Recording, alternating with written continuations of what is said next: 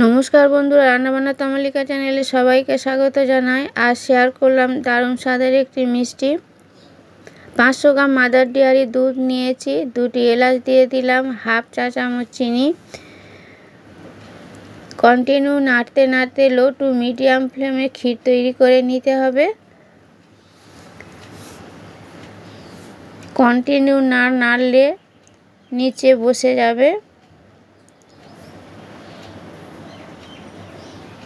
Low to medium ফ্লেমে 25 minute ফুটে নিয়ে ক্ষীর তৈরি করে নিয়েছি।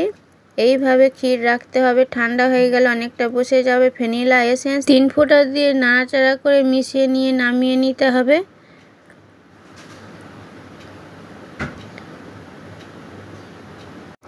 একটি পাত্রে 5 টেবিল চামচ ঘি, 3 টুকরো বরফ দিয়ে কন্টিনিউ নাড়তে হবে।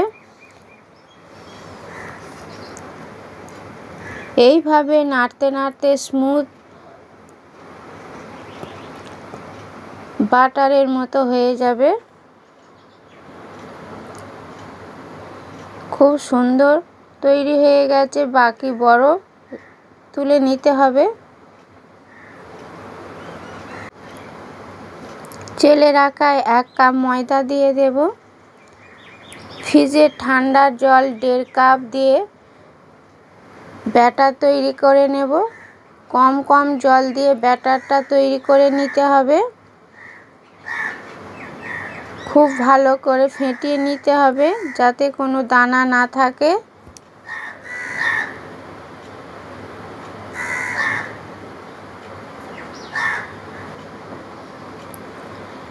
ভালো করে ফেটিয়ে নিতে হবে। দেখুন এইভাবে ফেটিয়ে নিয়েছি।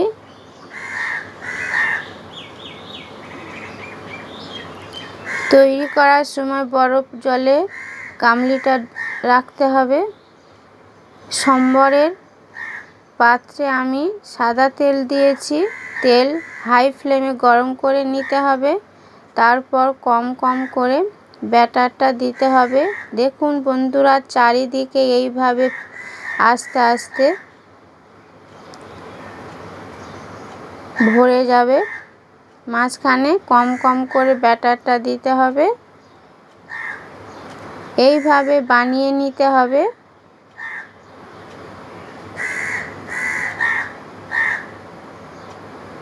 ধীরে ধীরে মাঝখানে খালি থাকবে। কম কম ব্যাটার দিয়ে ভরে নিতে হবে। লো টু মিডিয়াম ফ্লেমে রাখতে হবে।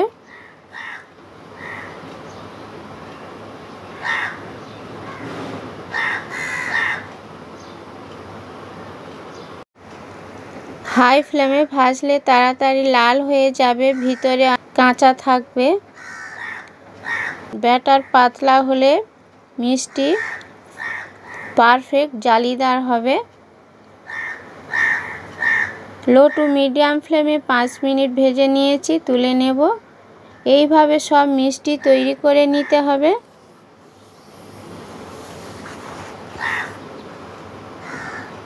খুব সহজ পদ্ধতি, আপনারা ট্রাই করবেন। খেতে খুবই ভালো লাগে। আশা করছি আপনাদেরও খুব ভালো লাগবে। এইভাবে সব বানিয়ে নিয়েছি, তুলে নেব।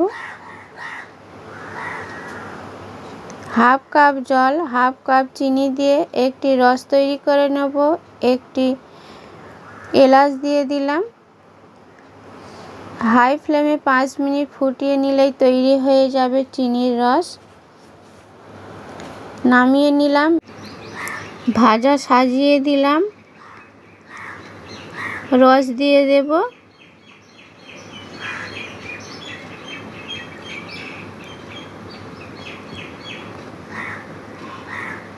উপরে ক্ষীর দিয়ে দেব। বন্ধুরা, পরিবেশনের আগে এই মিষ্টি সাজিয়ে নিতে হবে। বেশিক্ষণ সাজিয়ে রাখলে নরম হয়ে যাবে, চিনির রস থাকবে। সেই জন্য 8টি কাজু বাদাম কুচি করে নিয়েছি, উপরে দিয়ে দেব। আপনারা ট্রাই করবেন, খেতে খুবই ভালো লাগে। ভালো লাগলে লাইক শেয়ার করবেন, নতুন বন্ধুরা সাবস্ক্রাইব করবেন। নতুন ভিডিও নিয়ে হাজির হচ্ছি আপনাদের কাছে। সবাই সুস্থ থাকুন।